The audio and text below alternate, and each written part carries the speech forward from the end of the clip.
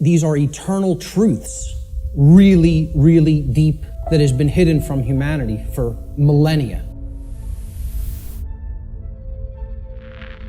This is what they don't want you to know. The real law of attraction and how to apply it in your life. Many people will be familiar with the New Age variants of the so-called law or laws of attraction. And this is going to differ quite widely from what people have heard in the New Age community, in the New Age movement regarding what the law or laws of attraction are. These are the real laws of attraction you're going to be hearing today and hopefully understanding today.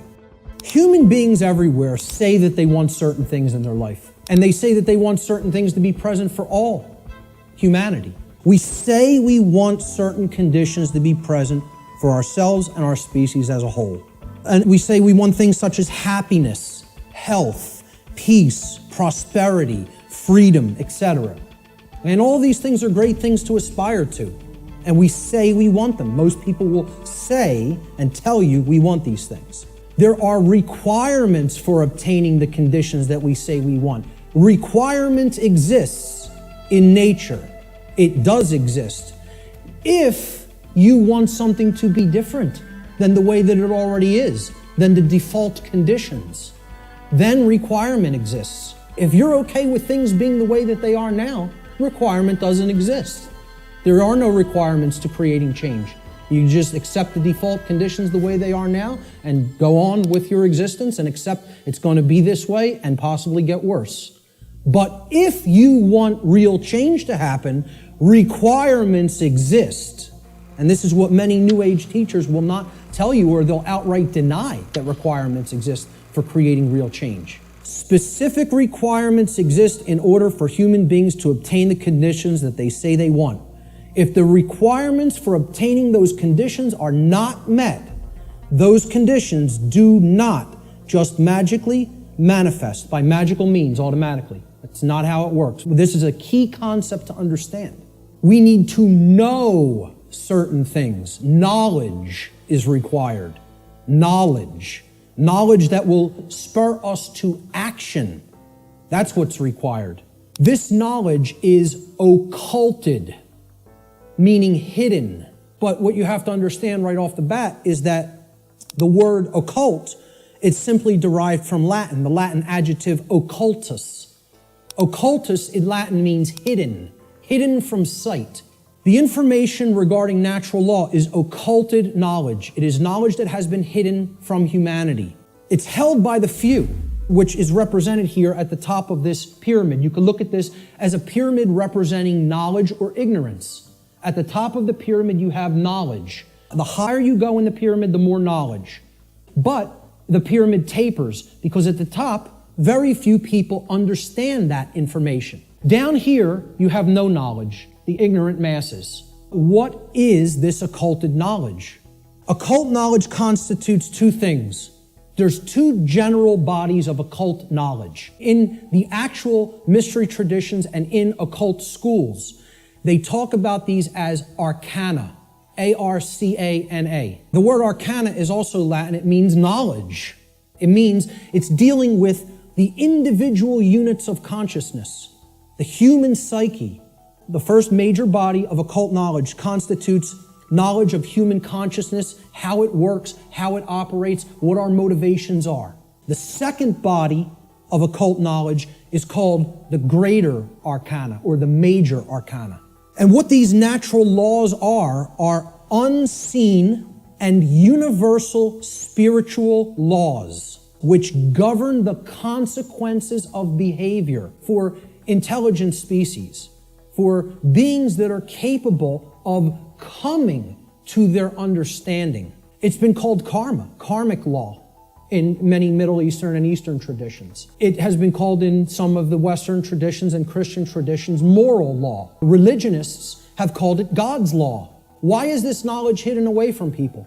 And there's a reason for that. In order to create and maintain a power differential. They know how something works, like how human consciousness works, how human motivations work, how human perceptions work, how human beings can be manipulated. This is the thing that all the distractions are there for, to keep you from learning. The endless trivialities, the nonsense you hear on the news, all the video games, all the nonsense television. It's all there to keep people from understanding this. Truth versus human perception. See these white lines? Imagine these white lines that do not waver as truth. And imagine that the perception that is set against the truth, we're going to take three different individuals. This is individual A, this is individual B, this is individual C. Their ability to perceive what has occurred and what is occurring is what I would refer to as consciousness. If your consciousness is high, meaning it's at a high frequency, that means you're going to have more of an ability to understand and recognize the patterns. If your consciousness is low, you're at a low frequency, you're going to see the pattern less. The longer the wavelength, the shorter the frequency. What that means is how frequently is it going to be intercepting the line that represents truth. The higher the frequency, the more in tune with truth we are. What would happen if this frequency became infinitely high? It would be indistinguishable from a line. And therefore, someone would be aligned to that which is their perception of reality being accurate. Think about this in sound, right? You hear a low bass tone, it's like, then it goes up, and it would go eventually outside the range of human hearing because the frequency went so high. Same concept here. The higher the frequency, the higher the perception of reality, the quality of the perception is going to be. The concept to keep in mind here is perception is not reality. It's the filter we see reality through. Down here is the reptilian brain. It's comprised of the brain stem right here, and this part of the brain is called the cerebellum. These two components together essentially comprise the R complex. The R complex is the lowest consciousness part of the brain. We don't do any thinking with this part of the brain. It's the reactive part of the brain. It reacts to stimulus. It's the stimulus response mechanism. In this middle part of the brain, these are all the different glands like the hypothalamus, the thalamus, the pituitary and pineal glands, etc., that comprise the midbrain or the limbic system. All human emotions are facilitated, are made possible by this part of the brain. The neocortex is the outer casing, basically, of the telencephalon, the higher brain. What you have to understand about the telencephalon, or the hemispheres of the brain, is that they're, first of all, bilaterally symmetrical, and they generally control different functions of thought.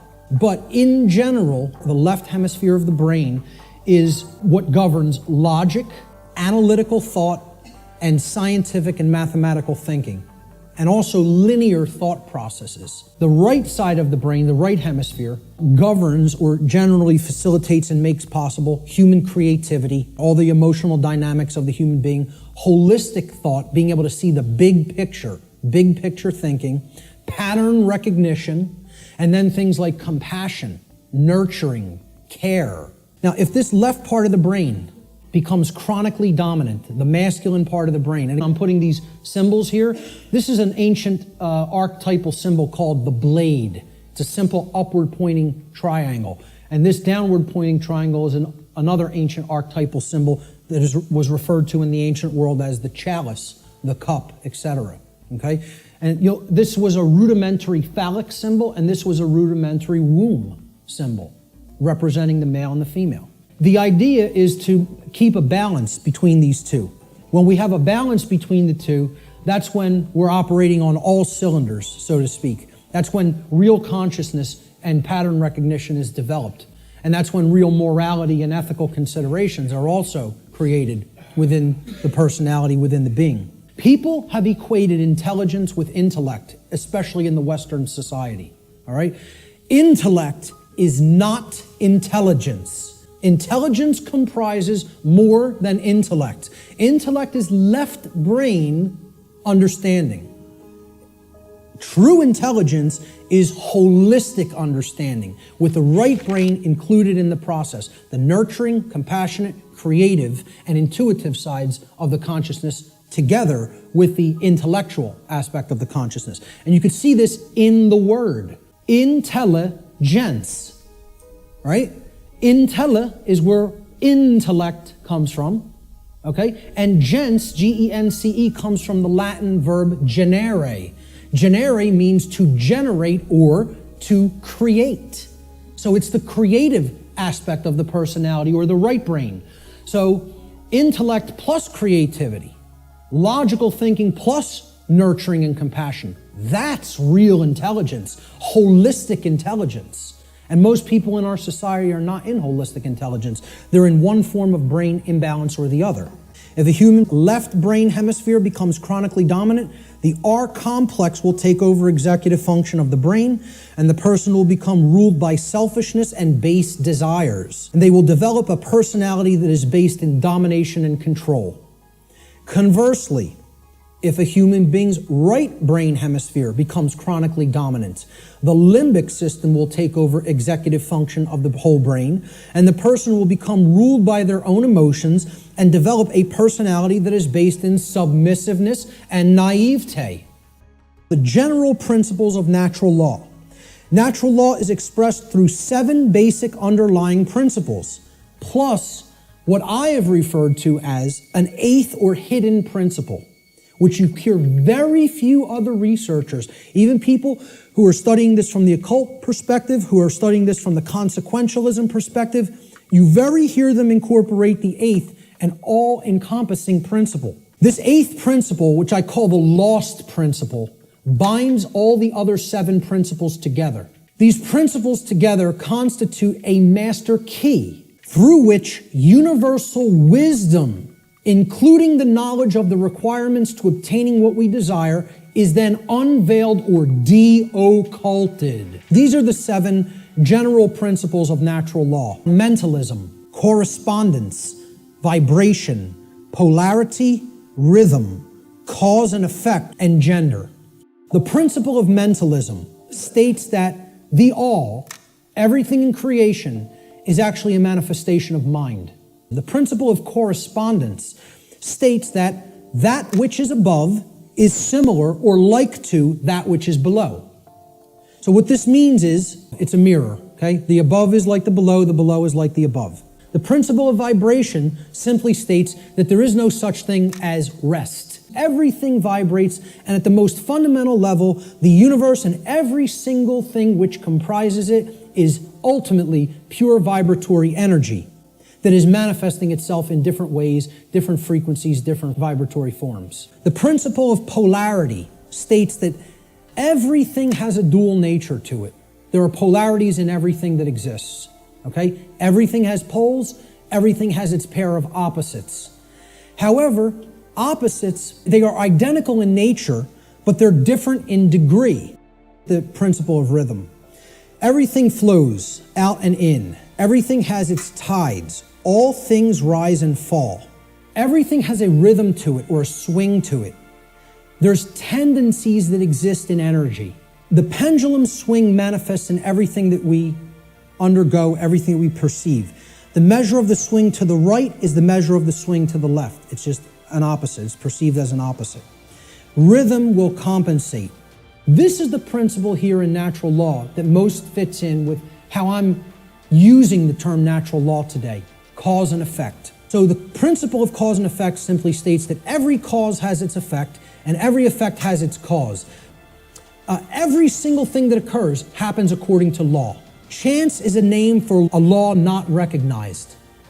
There are many planes of causation, but nothing escapes the law. You cannot change the past. You can change what it is starting now and make sure that it gets changed in the future. But right now, what is the truth, and all you can do is accept that or reject it. The final principle of the 7 principles of natural law are gender. Again, I'm going to talk about an 8th lost one. Gender exists in everything. Everything has its masculine and its feminine components or principles. We've already seen that when it comes to the human brain, consciousness, worldview, etc. Gender manifests on all planes of existence: spiritual, mental, physical, everything. This next section is what I call the lost principle. This is the 8th principle of natural law, which binds all of the other principles together. It's the container inside which all the other principles fit very nicely and neatly. However, it's lost because we're not exercising it. See, we already looked at 1, 2, 3, 4, 5, 6, 7 principles of natural law. And there they are represented by these circles overlapping each other. Here's the 8th circle, the seed of life. Now, what happens from a seed? It grows. It generates something. It creates something. Here's what that principle is. It's the 8th or the lost principle. And it's the thing that has to be present in order for any change to manifest itself. Here's what the 8th principle is. It is known as the generative principle, or the principle which governs creation, which actually is the causal factor that goes into effect and generates the result that we say that we want. But what's the real term for it? Now, most people will say it's love. The generative principle is care. This is different than compassion. People say, why don't you use the word compassion? Because that's not what I'm talking about. It is a different concept than compassion, or even what I would describe as love. This means, what are you giving attention and helping to grow? What are you focusing upon? Because what you're focusing upon, that's what's ultimately getting generated, getting created, and growing. And this doesn't mean be ignorant of what's going on in the world and don't look at anything that's negative because you're going to feed that and give power to it. That's not what it means. That means, you know what you're feeding? In that instance, if you want to do that, you're feeding ignorance. And that's what's going to grow. It's the exact opposite that the New Agers want you to believe that it is. By ignoring the negative, you are ensuring that more of it occurs. You are fueling it by ignorance.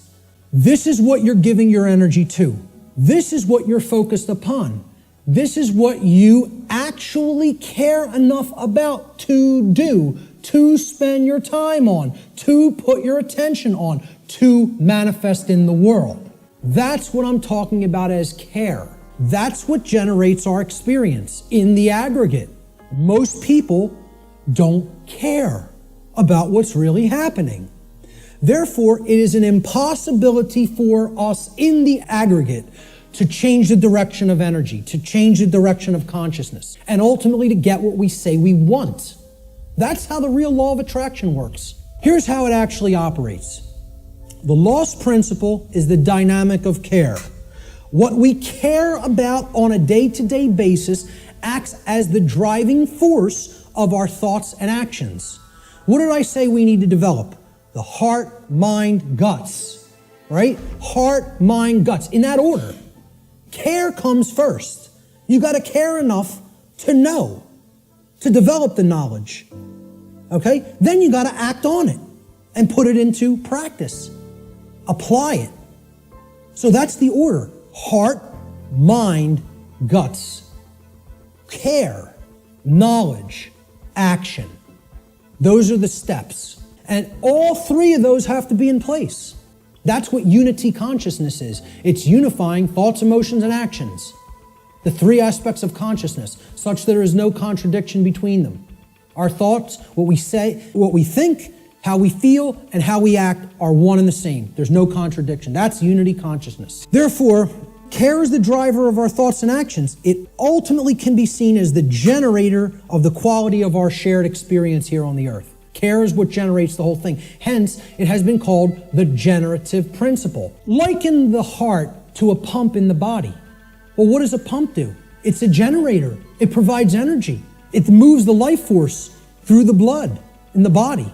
In every ancient tradition, they talk about the life force being in the blood. The heart is what pumps that through the whole physiology and enables us to continue to sustain life. As important as the brain is, which we just talked about the importance of it, the heart is ultimately what's generating the experience, because what we care about determines what we think about on a daily basis most of the time, and therefore how we behave.